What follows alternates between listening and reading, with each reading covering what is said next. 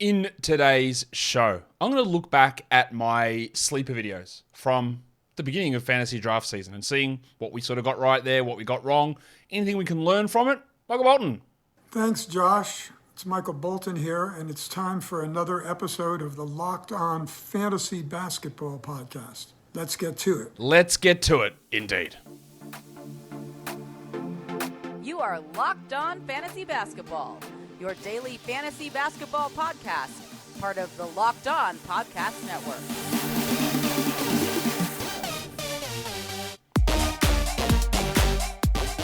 Hello and welcome to the Locked On Fantasy Basketball Podcast, brought to you by Basketball Monster. My name is Josh Lloyd and I am the lead fantasy analyst at basketballmonster.com, and you can find me on Twitter as always at redrock_bball, on TikTok at redrock_bball, and on Instagram at Locked On Fantasy Basketball. Today's episode is brought to you by HelloFresh. Is it? Yes, it is. Skip trips to the grocery store and count on HelloFresh to make home cooking easy, fun, and affordable. That's why it's America's #1 meal kit. Go to HelloFresh.com/NBA60 and use the code NBA60 for 60% off, plus free shipping. Thank you also for making Locked On Fantasy Basketball your first listen every day. We are free and available on all platforms. So, I'm going to look back at some of the sleeper videos. Some of them we got right, some of them we got wrong. That's what's always going to be the case.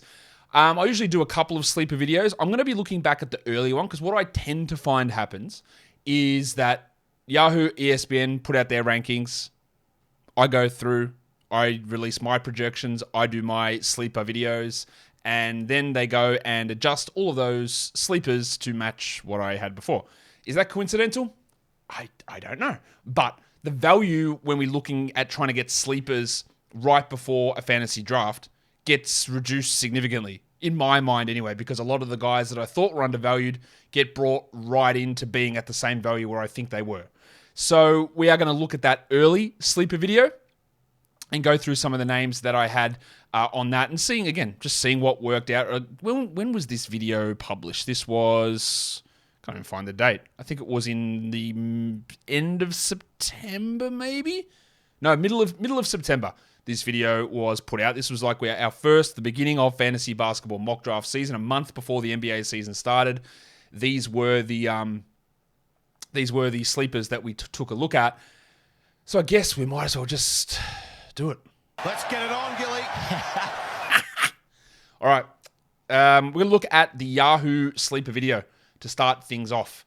I will put a link to this video in the description of this show, so if you want to go and watch the whole video and hear what I had to say. I didn't actually go back and listen to what I said. I just looking at the names that I put on that list about guys that I had as sleeper options. And as you'll see, this was, again, 13th of September.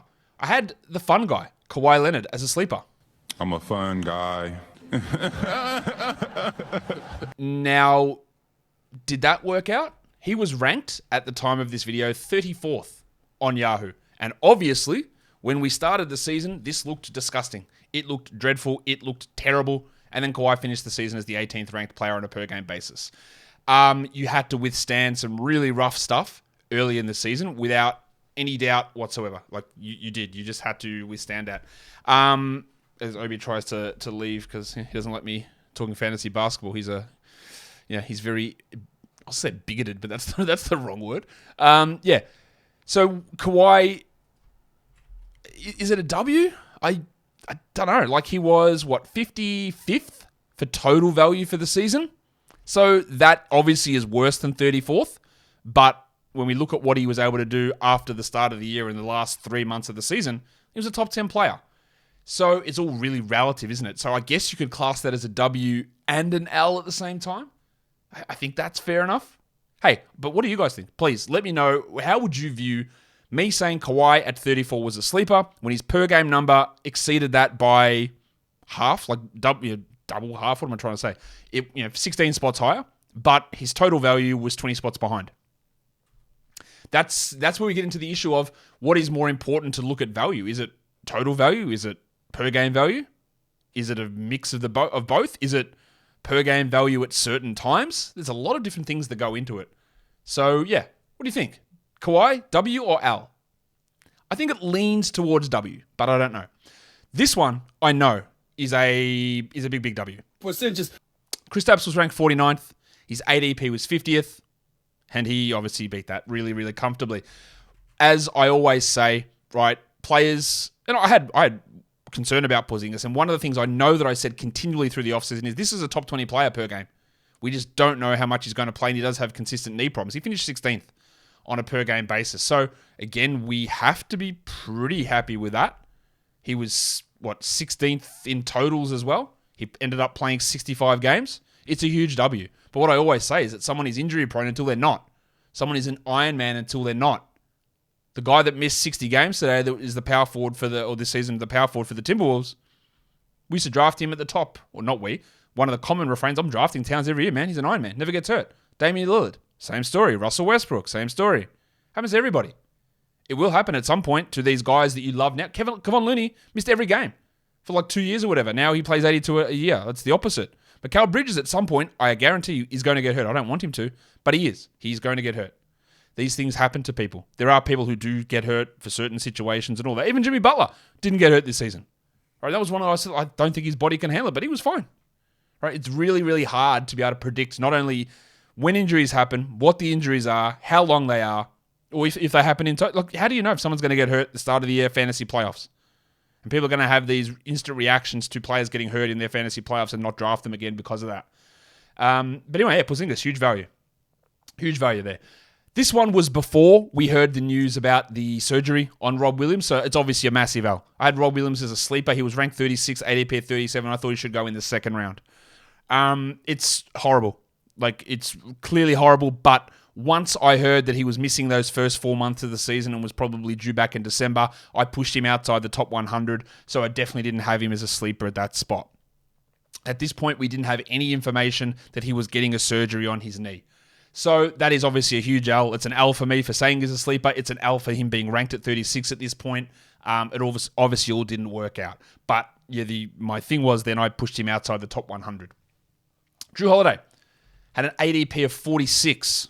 Didn't really make a lot of sense to me. He ended up 27th. Cool. Huge W. And if I have a look, actually, because I've got the updated ADPs of where they came in towards the end of the season. Kawhi's ADP actually came into 25 by the end of draft season. Drew's came into 42, which was still a huge W. Where did Porzingis come into? Because it was 50 at that point. Came into 47. Didn't really change that much. Huge W. So Drew at 46. I don't need to talk about it. Like it was obvious at the time, and the end result was obvious, I think. This one here, Terry Rozier, let me down big time. Now, this is one where his ADP was set at 60. By the start of the regular season, it had come into 48. People had corrected because I think he'd been top 40 for 3 years in a row. And you know that I had my level of skepticism about his shooting efficiency being able to stick. And that obviously ended up being correct in the end. And he was shit for most of this season. He did get himself back inside the top 100 by season's end on a per game basis. I think he's probably going to find himself like being drafted in the hundreds next season. And I think that'll end up being value. I don't think he's got long-term value as a dynasty-type player, Rozier. But in the end, having me saying he's a sleeper at 60 is a massive L. Didn't work out at all. This next one's a bigger L. Ben Simmons was ranked 92nd on Yahoo. He was 87th in ADP. And I just thought that the last time we saw him, yes, was that game against Atlanta in the playoffs. But that last regular season before that, he was unbelievably better than this. Like, it just made no sense to me that... Yeah, I think I saw someone... I didn't even know where I was seeing this, but someone talking about how we should have known that we saw Ben Simmons be bad, but that just wasn't the case. The last time we saw Ben Simmons in the regular season, even in the playoffs, like those numbers, he had that one bad playoff game, but if we're going to go on bad playoff performances, you wouldn't draft Trae Young in the top 100, would you, from last season? Because he was shocking. So the last time we saw Ben Simmons, we thought, yes, the usage will cut down a little bit playing next to Durant and Irving. That's going to be somewhat of an issue here in Brooklyn, but he just completely fell away. And I didn't think that he would be that bad. It is a gigantic L to have taken Ben Simmons. And obviously I won't be doing that again. He won't be draftable for me, I don't think, in 12-team leagues. Maybe you take him with the last pick and just hope that something's changed, but I don't think it has. But I think if I go back on the available evidence, that the last time we saw him play, he was much better than this. He was easily better than this. And I thought you'd be getting a pretty good steal at this point, but I didn't factor in that he'd get outplayed by Nick Claxton, and that his back would have an issue again, or his knees, or all this. Whatever happened. I probably should have put more weight into some of the mental struggles that he's had, but I didn't. I just thought we'll get maybe a 70% of Ben Simmons' last regular season in Philadelphia, which would have excused this rank. Didn't happen, did it? And then Draymond Green. I don't actually know why I said that Draymond was a good option here. He was ranked 75th. His ADP was 73rd. I think a lot of it is drafting him in category leagues for the right punt build. He ended up 61st. Like that, that's pretty good. And I would, when we look at what Draymond did this season, he actually, no, he didn't blow anybody away, but he ended up 61st. Great. It ended up as a pretty good value, I think, to come in at that spot to, you get him an extra round on rank or ADP there. It doesn't work for every fantasy team, for sure, but it does work for some, and that's good. Today's episode is brought to you by, it is brought to you by FanDuel, but I didn't mean to tell you about FanDuel now, but I'm going to do it anyway, because grand slams, no-hitters, double plays, they're all back. There's no better place to get in on the MLB action.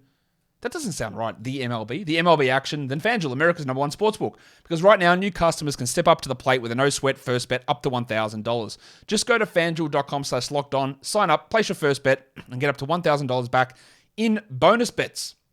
I'm not going to tell you about Major League Baseball odds because I don't know anything about the sport. I know that my Blue Jays are good, but what I'm going to tell you about is that the Raptors are 5-point favorites in the 9-10 play-in game tomorrow against the Chicago Bulls. And the Pelicans are 5.5-point favorites against the Oklahoma City Thunder. I don't think the Thunder might keep that a little bit closer. You can check all the play-in and playoff action over at FanDuel as well as Major League Baseball. So don't miss your chance to get a no-sweat first bet up to $1,000 when you join FanDuel today. Just go to FanDuel.com/lockedon to sign up. FanDuel, official partner of Major League Baseball. All right, let's bang through a couple of other ones here. Devin Vassell was ranked 95th. He had an ADP of 101. I thought he was a guy we'd look at in the 60s or so. Obviously, knee surgery ruined that. And on a per-game basis, where was he at on a per-game basis before that injury? He was 100th. So he's sort of bang on there. So him being a sleeper obviously didn't work out. And then you tie in the injury factor, and I don't think, look, let's put it this way. If you picked Devin Vassell at 95 or at 80, I don't think you would have been gigantically disappointed when he was playing. You would have been a little bit disappointed, but not massively disappointed. But then, of course, the injury ties in. It wasn't like he was ranking 40th and then got hurt. And you go, oh, look how good that was. It was all right. Jalen Green obviously stunk. He was ranked 70th. His ADP was 81. I thought that he might be a guy in the 60s. I put too much faith in him improving his efficiency. It did not work out. He was 142nd this season, which is obviously terrible. If we do a -1 rank, he was 121st. Still really bad. Yeah, that's just bad. That's just a bad pick. That's me putting too much faith in Jalen Green, me hoping that he would get more steals and assists and be more efficient with more minutes. Some of those things happened. The more minutes did. But that's it. He was shithouse otherwise. This one was great. Lauri Markkanen was ranked 122nd. His ADP was 119th. Now, I did not expect Lauri to do what he did. I was very, very confident in Lauri being a guy you get in the 60s or 70s. Maybe even like late 50s. I was very confident. He was 21st. His ADP by draft time came from 119 into 93. So still not far enough. But that one I think is a huge win for me. Jalen the Burner Brunson had an ADP of 80. Yep, that's a huge sleeper. Obviously, he smashed through that. Much like Markkanen, I didn't expect him to be as good as he was. I think there's a little bit of over-exaggeration about how good Brunson actually ended up being. He was 50th this season. If we have a look at what's his -1 rank? 46th. Like, that's really good. Obviously, if you're going to do that and change and look by totals because he played a lot more games, he's 40th.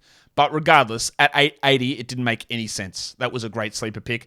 And I also think cousin Kevin Porter, I was pretty big on grabbing him. He was ranked 109th with an ADP of 108. That was another one that I was pretty big on grabbing. He ended up 55th for the season. That's a huge win. Huge, huge win. Getting him and Markkanen at that point outside the top 100. And Porter's ADP actually ended at 103. So, yeah, that's huge. The horse, Keldon Johnson. Whose horse is that? Yeah, look, that didn't work out too well. ADP 84. Johnson had a lot of volume, for sure. But 136th in category leagues does not does not do what you need it to do, does it? Because he just had such a lack of defensive stats, such a lack of efficiency. He was basically points, and that's it. I thought we'd get a little bit more with efficiency. I knew he'd drop off, but I thought we'd get a little bit more. But him at 84, like he was 143 in category. Oh, he wasn't actually 143, what was he? He was like 146, I think, in category. Yeah, 136 in category leagues. And yeah, just wasn't that good. Brandon Clark, this is one where I thought they would start Brandon Clark with Jaren Jackson out. And then once we saw preseason, we saw Santi Aldama starting, I faded the shit out of Brandon Clark. So yes, this was wrong to have him as a sleeper at this point. But once we got some evidence from preseason, then I faded him and I ended up being right on him in the end, but obviously wrong on him at this point. I thought he could be like 60th when Jaren was out and then push back to 100th, 120th when Jaren returned, because I thought Jaren would be out until December, January. So a lot of I was wrong on that as well, on Jaren's return, but also on whether Brandon Clark would start. Clark's role just didn't change at all with Jaren out. Just didn't. As soon as I saw them going to Aldama, and actually when I spoke to the Locked On Grizzlies host, Joe Mullinax, at that point, he said, hey, I think they might start like Aldama or Zaire Williams and not Brandon Clark. All right, never really thought of that possibility. And then we made some adjustments and we faded off of him. But obviously that did not work out particularly well with Brandon Clark in that one. Today's episode is brought to you by Ultimate Basketball GM.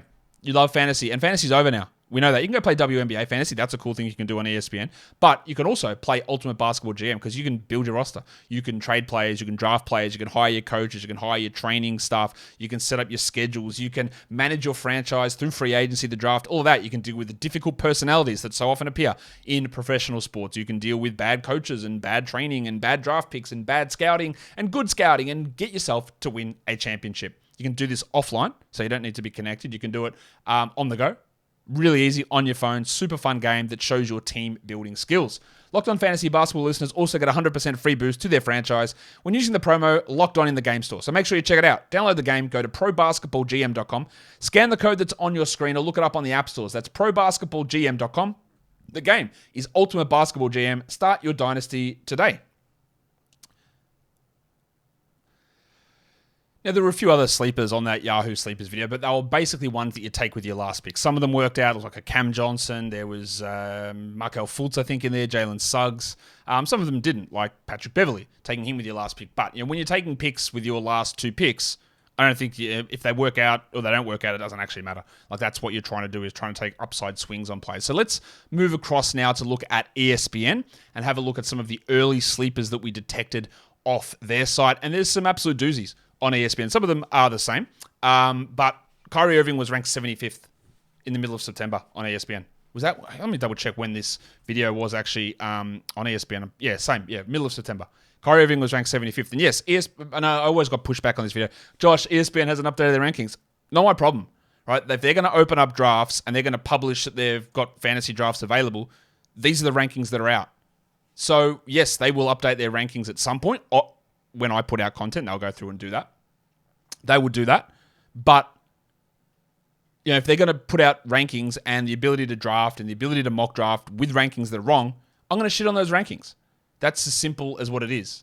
Because if they're out there and they're published, then they're real. I don't care if they don't think they've updated them from before the season. That's their problem, and they've screwed up.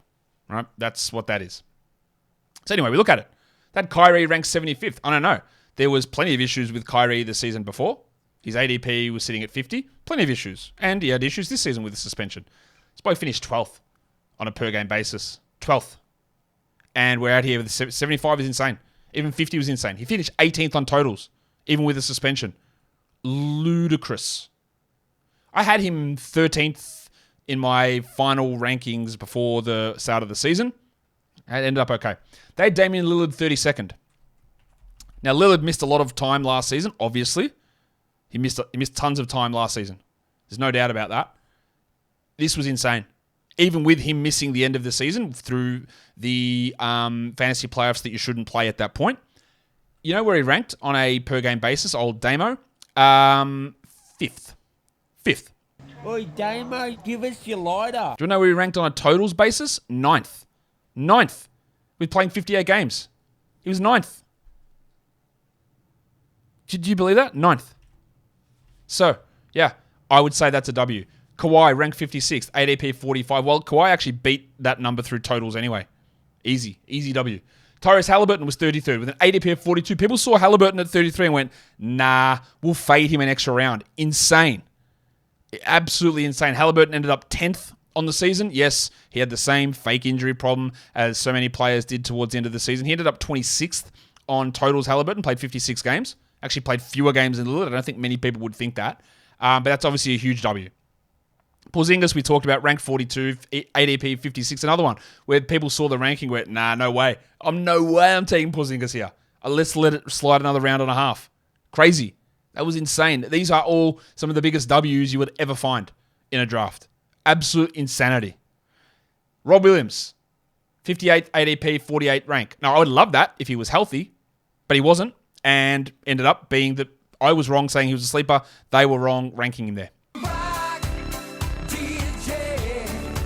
And then the next one on this list from ESPN is Cade Cunningham. Cunningham, they had ranked 71st, okay, with an ADP of 73. And obviously, Cade went out for the season. But not one person watching this or talking about fantasy and go, yeah, look, the reason they did that, obviously, is they knew he would have season-ending surgery. I didn't draft him. I faded him because I knew he would be injured. There is not one person who can say that unless they are just wanting to brand themselves as a horrific liar. That's just not what happened. Now, was Cunningham particularly good before he got hurt? I wouldn't say so. He was 79th, though, on a per-game basis. That's, like, totally fine, I would say.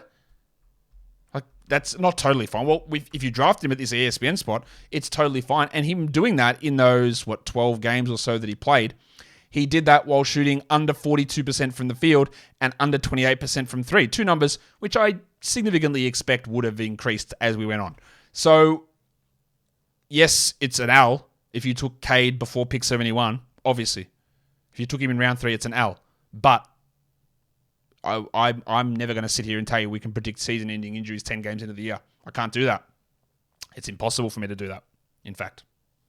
So, yeah, what do you think of those ones? Like, was there anything there you disagree with in terms of what's an L, what's not, in terms of those sleepers? We'll get to some more ESPN ones now. All right, they had Anthony Edwards ranked 49th. Okay.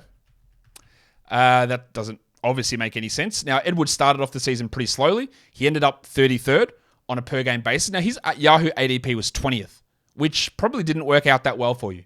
There were a lot of people taking him in the second round. To me, I was grabbing him more in that early or late second, probably like 27 to 33 type of range. And that worked out pretty well. But 49 was crazy. DeAndre Ayton, they had at 52 with an ADP of 55. And I actually don't have any idea where DeAndre Ayton ended up. 54th. So, you know what? I'm wrong. I thought that would be a sleeper. They were absolutely bang on the money. Chris Middleton had an ADP of 55, and I thought Middleton would be better than that. Now, with Middleton, you ready? I'm going to roll out an excuse here. Middleton's problem was not the wrist injury, which is what he had at the time.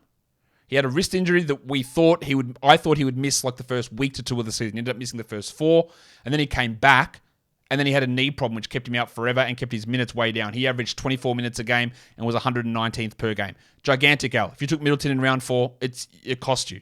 But again, it's how could we know that? We had no information that he did have a knee injury in the playoffs, right? But every report I heard was the knee was fine and he just had a wrist problem. He had wrist surgery and he would miss the first 2 weeks of the season. And as I've said a lot of times on this show, you have to go with the information you're given. It's really hard to say you've been given this information and go, I'm going to ignore that completely and just go off a completely different script, a completely different narrative, because then when that information turns out to be true, you look stupid and foolish. Yes, people will lie to us all the time. We try to read in between that all. But there was no reason for me to think, you know what, Middleton's going to be out for 5 weeks. Even so, that didn't cost us. But what will actually happen is you'll miss 50 games because of knee soreness. Where are we getting that from? There's no way you could have predicted that. This is a huge L for Middleton. But again, I don't see how we could have seen that coming. Miles Turner, that was pretty easy. 59th rank, 76th ADP. I think a lot of people were scared of the injury he had to end last season and the worry that he would be traded. Now, obviously, he didn't get traded and he didn't have any injuries apart from a fake injury to end the season. He was 29th per game. Gigantic W. Des Bain was 81st with an ADP of 91. He also had an injury problem, toe problem, but he was 40th on a per game basis. Didn't really make any sense to me to see Bane that low. And even on a per game basis, he was 68, or total basis, 68th. So huge value in drafting him. Scott Barnes. Now, as people know that I am the president of the Scott Barnes is shit fan club. Tongue in cheek, obviously. There were people going pretty high in reaching Barnes, like I'm going to take him in the 30s. And I was like, I don't know about that, right? But I saw this rank of him at 70th with an ADP of 68th. I thought, okay, I think he's a mid-50s guy. There's a little bit of value here. Well, I was wrong. They were right. Barnes ended up 75th for the season. He had a really poor start to the season, but did improve a bit as the stretch went on. Totals, he was 53rd. So a little bit of an improvement there. But again, I find it really hard to rely upon totals as ranking numbers or proof of things being right or wrong. So I'd say that's an L. We've already talked about Ben Simmons being an L. Yep, I know that's an L. Hey, would any of you draft actually Ben Simmons next season? That's a great question. Anyone going to draft him? I don't think I'm going to. I said that before, but I don't think I'm going to. Let's go look at some more ESPN sleepers. Devin Vassell had ranked 147th with an ADP of 137. He actually beat that number considerably on a per-game basis. Yes, his total numbers were a problem for sure because of the injury and all the San Antonio Spurs nonsense. But overall, that's a fine enough pick. Jalen Green at 150 with an ADP of 123. Despite how bad he sucked, him at 150, if you got him a round or so before that, I think you'd be okay with it. I actually think that you'd be okay with drafting Jalen Green at that point because on totals, he was 106th. So you did get extra value. Per game, we know he's 140th, but that's not even an L there. Lauri Markkanen, easy. Ranked 115th, ADP 123. We smashed that one. We loved it. Jalen Brunson with a rank of 94 and an ADP of 101. I remember vaguely that after this video, they pushed Jalen Brunson up to an ADP or a rank of 24, which I thought was crazy, but he went from being undervalued to overvalued. I've got the Baptist John Collins here. He had a rank of 77. It's interesting because there were people who were big, like Yahoo's ADP was 57, and I was out on Collins at 57. I don't see how that's going to happen with DeJounte arriving. Now, he was much worse.